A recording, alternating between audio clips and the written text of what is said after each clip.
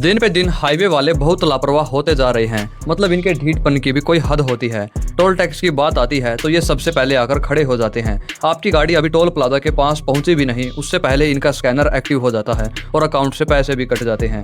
1 second की भी देरी इनको बर्दाश्त नहीं होती। लेकिन जब मेंटेनेंस और सेफ्टी की बात आए तो ये लोग पता नहीं कौन से बिल में छुपकर बैठ जाते हैं। तब इनको जनता की जान की कोई फिक्र नहीं होती। इनको बस अपने कैश कलेक्शन दिखता है। लोगों की सेफ्टी से इनका दूर दूर तक कोई लेना देना नहीं।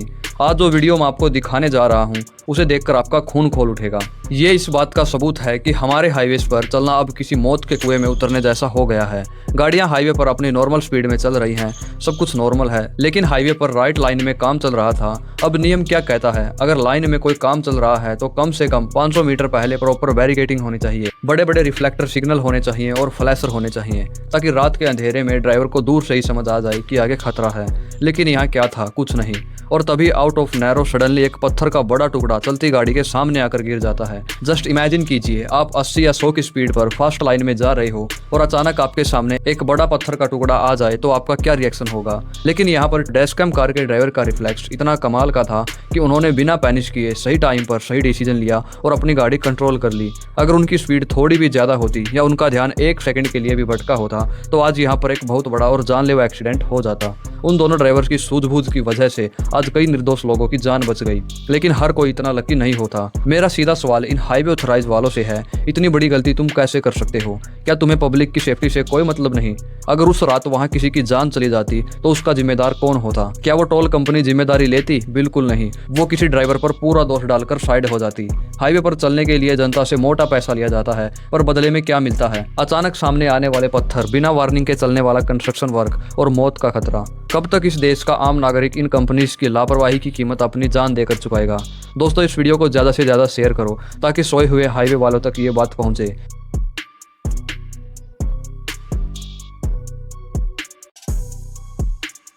सड़क पर एक्सीडेंट सिर्फ तब नहीं होते जब आप तेज गाड़ी चलाते हैं, बल्कि तब भी होते हैं जब कोई बिना सोचे समझे सही जगह पर गलत फैसला ले लेता है।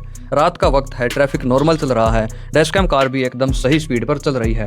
लेकिन तभी आगे एक गाड़ी अचानक बिना किसी वार्निंग के, बिना किसी इंडिकेटर के हाईवे के बीचों बीच इमरजेंसी ब्रेक मार देती है। और अचानक ब्रेक लगते ही पीछे से आ रही वैगनर और डैशकैम कार अपना बैलेंस नहीं संभाल पाती। वो सीधा आगे वाली गाड़ी में जा घुसती है और इसके बाद एक एक करके पीछे से 4 से 5 गाड़ियां आपस में भिड़ती चली जाती हैं। इस तरह के हादसे को ट्रैफिक की भाषा में चैन रिएक्शन एक्सीडेंट कहते हैं। अब इसको थोड़ा आराम से समझते हैं कि ये होता क्यों है। हाईवे पर जब गाड़ियां 70, 80 या 100 की स्पीड पर चल रही होती हैं तो हर गाड़ी के पास रुकने के लिए एक लिमिटेड टाइम और डिस्टेंस होता है, जिसे हम ब्रेकिंग डिस्टेंस कहते हैं। जब सबसे आगे वाली गाड़ी अचानक ब्रेक लगाती है तो उसके ठीक पीछे वाली गाड़ी के ड्राइवर को रिएक्ट करने का मौका बहुत कम मिलता है। अगर वो किसी तरह ब्रेक मार भी ले तो उसके पीछे से जो गाड़ी आ रही है उनके पास रिएक्शन टाइम बिल्कुल खत्म हो जाता है। गलती सिर्फ सबसे आगे वाले ने की, लेकिन उसका अंजाम पीछे चल रहे सभी लोगों को भुगतना पड़ा जो बिल्कुल सही तरीके से गाड़ी चला रहे थे। अब सवाल ये उठता है कि लोग हाईवे पर ऐसी इमरजेंसी ब्रेक क्यों मारते हैं? कई बार लोग अपना रास्ता या एग्जिस्ट भूल जाते हैं और अचानक गाड़ी रोक देते हैं। कुछ लोग बिना साइड मिरर देखे अचानक ब्रेक दबा देते हैं। दोस्तों, हाईवे कोई गली मोहल्ला नहीं है जहां आप जब चाहें गाड़ी खड़ी कर दें। हाईवे पर चलते वक्त आपकी गाड़ी के पीछे चल रही गाड़ी की स्पीड का अंदाजा आपको होना चाहिए। जब आप अचानक ब्रेक मारते हैं तो पीछे वाले ड्राइवर का दिमाग पैनिश मोड में चला जाता है। या तो वो स्टीयरिंग को अचानक मोड़ने की कोशिश करता है या फिर अचानक ब्रेक मारता है, जैसा इस वीडियो में हुआ। ऐसे चैन रिएक्शन एक्सीडेंट्स में अक्सर गाड़ियां तो चकनाचूर होती ही हैं, साथ ही सीरियस इंजरीज और जान जाने का खतरा सबसे ज्यादा होता है, क्योंकि मल्टीपल इंपैक्ट्स होते हैं। यानी गाड़ी आगे से भी ठुकती है और पीछे से भी कोई आकर ठोक देता है। तो दोस्तों, इस पूरे हादसे से हमें सीख मिलती है, हमेशा डिफेंसिंग ड्राइविंग करनी चाहिए। डिफेंसिंग ड्राइविंग का मतलब है कि आपको ना सिर्फ अपनी गाड़ी सही चलानी है बल्कि ये मानकर चलना है कि सामने वाला कुछ भी गलती कर सकता है। इसलिए सामने वाली गाड़ी से हमेशा एक अच्छा खासा गैप मेंटेन करके चलें ताकि अगर वो अचानक ब्रेक मारे तो आपके पास संभलने का पूरा वक्त हो।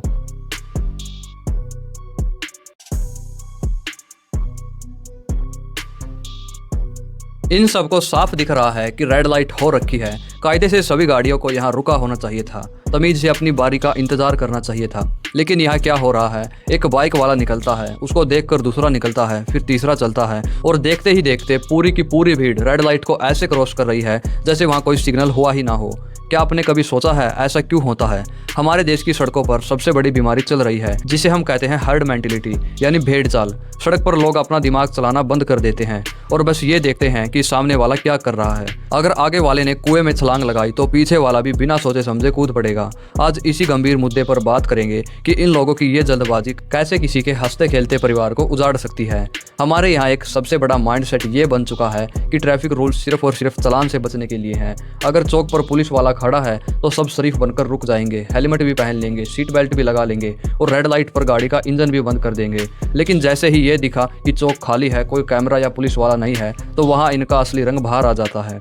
ये भूल जाते हैं कि ये रेड लाइट सरकार ने अपने पैसे बनाने के लिए नहीं लगाई है, ये रूल्स आपकी और हमारी सेफ्टी के लिए बनाए गए हैं। जब कोई एक रेड लाइट जंप करता है तो वो सिर्फ एक रूल नहीं तोड़ता, बल्कि दूसरी तरफ से ग्रीन लाइट देखकर लीगल तरीके से आ रहे निर्दोष लोगों की जान को भी खतरे में डाल देता है।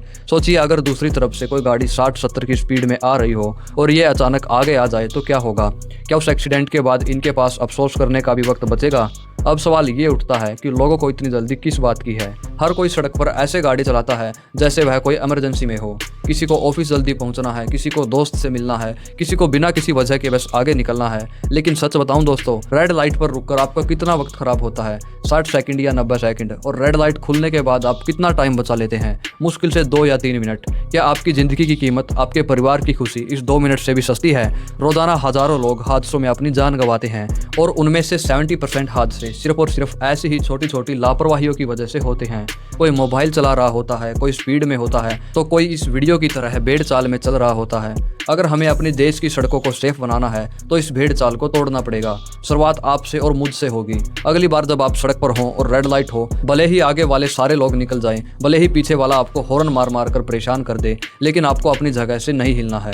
आपको एक जिम्मेदार नागरिक बनना है। जब लोग आपको खड़ा देखेंगे तो उनमें से 2-4 लोग जरूर सोचेंगे कि हाँ यार, जब ये खड़ा है तो मुझे भी रुकना चाहिए। हमें गलत चीजों की भेड़ चाल नहीं, बल्कि सही चीजों की चैन बनानी है। याद रखिए, सड़क पर 2 मिनट लेट पहुंचना हॉस्पिटल पहुंचने या कभी ना पहुंचने से बेहद बेहतर है। गाड़ी आराम से चलाइए, रूल्स को फॉलो कीजिए और चालान के डर से नहीं, बल्कि अपने परिवार की सही सलामती के लिए जिम्मेदार नागरिक बनिए, क्योंकि घर पर कोई आपका इंतजार कर रहा है।